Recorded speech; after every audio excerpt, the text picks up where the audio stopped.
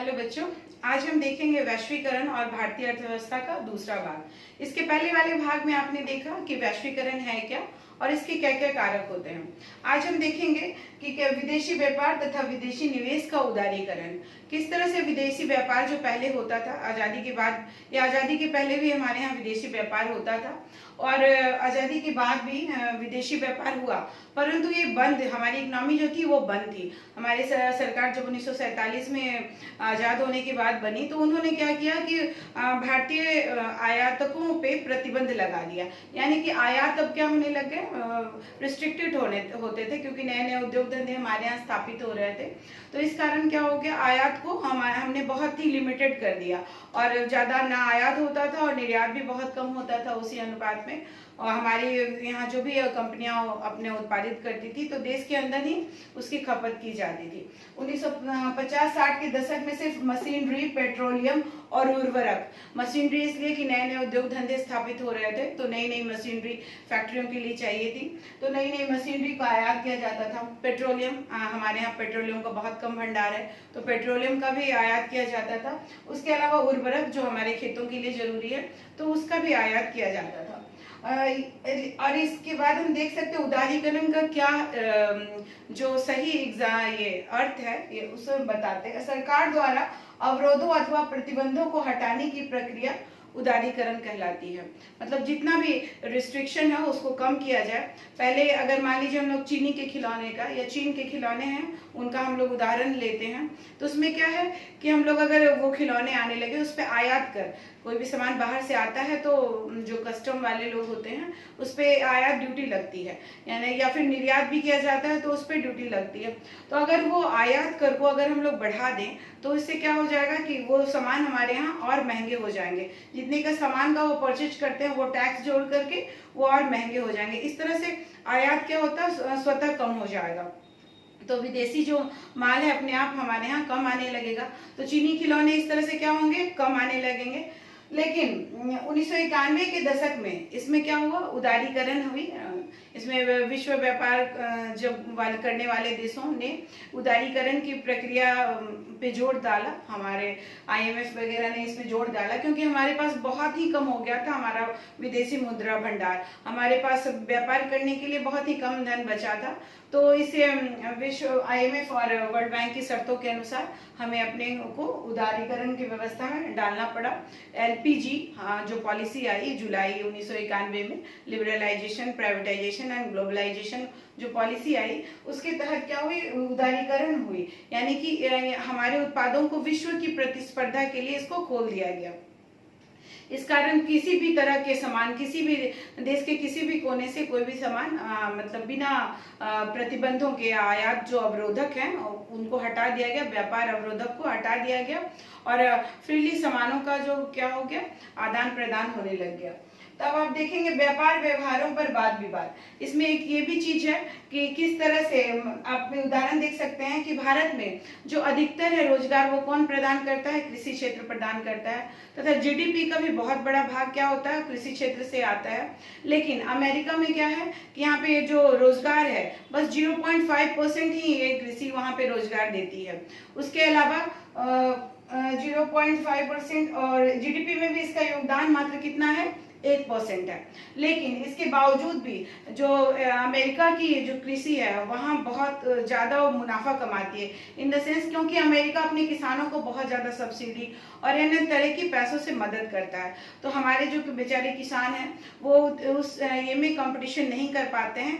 इस कारण कम GDP होने के बावजूद भी, कम रोजगार होने के बावजूद भी वहाँ पे वो ज्यादा मुनाफा वहाँ के किसान कमाते हैं। इस तरह अब हम देखते हैं विश्व व्यापार संगठन, ये कब आया, ये WTO जो ये 1995 में ये अस्तित्व में आया। इसके पहले GATT हुआ करता था और 1995 में जब ये अस्तित्व में आया और अभी इसके पास 2016 तक इसके पास 164 सदस्य देश हैं, पूरे दुनिया भर के देश लगभग इसके सदस्य हैं। तो इन सभी देशों को इनके नियमों को पालन करना पड़ता है। इसका मुख्यालय जो है जिनेवा, स्विट्जरलैंड में है। तो सारे जो नियम कानून व्यापार संबंधी बनते हैं तो ये सारे देश इसको फॉलो करते हैं, चाहे वो गरीब देश रहे, विकसित देश रहे या विकासशील देश रहे। लेकिन बहुत हद तक इस पे जो ज्यादा इनका कोटा है, अमेरिका जैसे विकसित देशों का इनका कोटा है। तो अब हम देख सकते हैं भारत जैसे विकासशील देश में वैश्वीकरण का क्या प्रभाव पड़ा। तो पहले हम लोग धनात्मक प्रभाव देखते हैं। किसी भी चीज का दो एस्पेक्ट होता है, धनात्मक ऋणात्मक। तो धनात्मक प्रभाव में क्या देख सकते हैं हम लोग, धनात्मक प्रभाव में हम लोग देखते हैं कि बहुराष्ट्रीय कंपनियों ने निवेश में बढ़ोतरी की है। बहुत सारी मल्टीनेशनल कंपनियां, अमेरिका की, यूरोप की, जापान की, साउथ कोरिया की, बहुत सारी कंपनियां हमारे यहाँ बहुत ज्यादा निवेश किए हैं। जैसे कार है, अब तरह तरह के कार जो है 1991 के पहले सिर्फ एम्बेसडर और मारुति वगैरह ही कार थी, लेकिन अब कार की भी बहुत सारी वेराइटी आ गई है। उसके अलावा मोबाइल भी, आप एक से एक मोबाइल आप देख ही रहे हो। उसके अलावा उत्पाद, जो भी इलेक्ट्रॉनिक उत्पाद हैं, मोबाइल के अलावा बहुत सारे गैजेट्स हैं। उसके अलावा कोल्ड ड्रिंक्स, जो तरह तरह के cold drinks, Coca Cola, Pepsi और अन्य तरह की कोल्ड ड्रिंक्स भी मिल जाते हैं। जंक फूड, बर्गर, मैकडोनल्ड, बहुत सारा जो भी मिलता है, बर्गर किंग है, बहुत सारे ये सब है। उसके अलावा बैंकिंग सेक्टर में भी तरह तरह की प्राइवेट कंपनियां, बैंकिंग कंपनियां, एचडीएफसी वगैरह बहुत सारी कंपनियां आ गई है। तो इस तरह से हम लोग वो देखते हैं कि बहुत सारे बहुराष्ट्रीय कंपनियां ने हमारे यहाँ क्या किया है, निवेश किया है। इससे क्या हुआ, विदेशी मुद्रा भंडार हमारे यहाँ आने लग गया। उसके अलावा प्रतिस्पर्धा से शीर्ष भारतीय कंपनियां लाभान्वित, यानी कि जो बड़ी बड़ी कंपनियां हमारे यहाँ, टाटा है, रिलायंस है, ये सारी कंपनियों ने अपने प्रौद्योगिकी में तथा उत्पादन प्रणाली में बहुत ज्यादा सुधार किया, जिस कारण ये लोग भी बहुराष्ट्रीय कंपनियों के श्रेणी में आने लग गई। जो टाटा ने, आपने जानते हैं, लैंड रोवर वगैरह खरीदा, और उसके अलावा भी अन्य कंपनियों ने, भारतीय कंपनियों ने विदेश में जाकर के अधिग्रहण किया, जो घाटे वाली कंपनियां हैं उसको खरीदा। उसके अलावा फिर उपभोक्ताओं को भी बहुत लाभ हुआ है। कंज्यूमर्स जो थोड़े बहुत रिच हैं, उनको तो बहुत ज्यादा तरह तरह की वेराइटियां मिलने लगी। हर क्षेत्र में कपड़े हैं, जूते हैं, फूड आइटम है, हर तरह की वेराइटी मिलने लग गई। इनकी क्वालिटी भी पहले से बहुत ज्यादा सुधरी हुई होती है, क्योंकि विश्व के जो बेस्ट प्रोडक्ट होते हैं वो हमें मिल पाता है। उसके अलावा कीमत भी बहुत कम हो गई। हमारे यहाँ जो भी सामान बनते थे तो उसमें कॉस्ट बहुत ज्यादा होता था। आपने देखा किस तरह मल्टीनेशनल कंपनियां अपना कॉस्ट कम करने के लिए अलग अलग देशों में क्या करती है, उत्पादन करती है। तो इसमें क्या हुआ, कीमत भी कम हुई और क्वालिटी भी, मतलब बहुत अच्छी अच्छी क्वालिटी की चीजें मिलने लगी। तो लोगों का क्या हुआ, लाइफ स्टाइल बहुत सुधर गया, बहुत चेंज हो गया। उसके अलावा सूचना प्रौद्योगिकी और डाटा एंट्री और प्रशासनिक कार्य में, सूचना प्रौद्योगिकी में आप देख सकते हो इंटरनेट का बहुत जगह यूज हो रहा है। एडमिनिस्ट्रेशन लाइन में भी हर जगह अब बैठे बैठे ही इतना ज्यादा खर्चीला नहीं रह गया कि हर चीज आप जा करके ही करें। आप इंटरनेट पे भी बहुत चीजें सुविधाजनक हो गई, जिससे क्या हुई, मजदूरों की भी बचत हुई, कर्मचारियों की भी बचत हुई और संसाधनों की भी बचत हुई।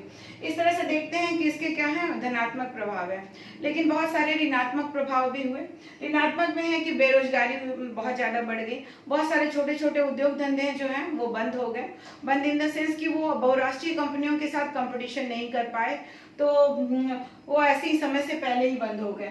और उसके अलावा फिर छोटे विनिर्माताओं, जो भी प्रोडक्ट करने वाले थे, जैसे बैटरी बनाने वाले, खिलौने बनाने वाली कंपनियां, जैसे देखा कि चीन के खिलौने जब आने लग गए तो हमारे यहाँ खिलौने का बहुत सारी फैक्ट्रियां बंद हो गई।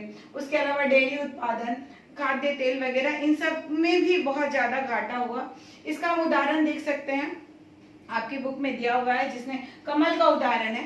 उसने 1992 में तमिलनाडु के होसूर नामक एक औद्योगिक स्थान है, वहां पे क्या किया, एक छोटी सी संधारित्र या कैपेसिटर बोलते हैं उसको, वो जो टीवी वगैरह या फिर कंप्यूटर में या फिर ट्यूबलाइट वगैरह में लगाया जाता है। तो ये सब का उत्पादन के लिए उसने सोचा कि एक फैक्ट्री सेटअप करते हैं, तो और 20 कर्मचारियों को भी उसने रखा।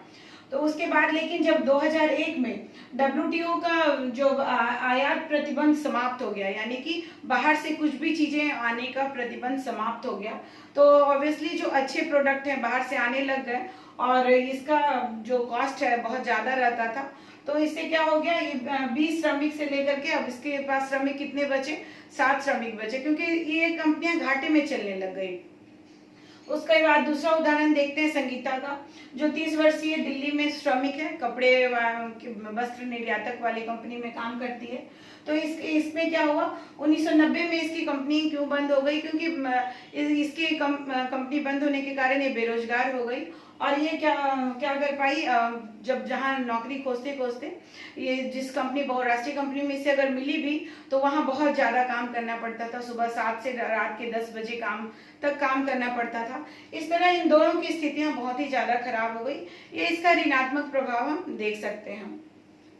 तो अब इन सब चीज़ों को देखते हुए, ये ज़्यादा फायदे हैं तो कुछ नुकसान है, इन सब चीज़ों को देखते हुए हमें एक न्याय संगत वैश्वीकरण के लिए संघर्ष करना होगा। किस तरह से कि हर तरह के देश, विश्व के धनी देश के साथ साथ विकासशील और गरीब देशों को भी वैश्वीकरण का फायदा हो, जो WTO का नॉर्म्स है उसके अनुसार। उसके अलावा समाज के सभी वर्गों को, गरीब से गरीब और धनी लोग, सभी को बराबर मुनाफा हो। उसके अलावा सरकारी नीतियों को भी बहुत हद तक चेंज करना पड़ेगा, ऐसी पॉलिसियां लानी पड़ेगी जिससे क्या हो कि अधिकतर लोगों का फायदा हो। अगर जो ज्यादा कंपनियां, हमारे देश की कंपनियां अगर घाटे में चल रही है तो बहुत तरह के प्रतिबंध लगा के, श्रमिक कानून वगैरह बना करके, तो इस सरकार इसको क्या कर सकती है, रेगुलेट कर सकती है।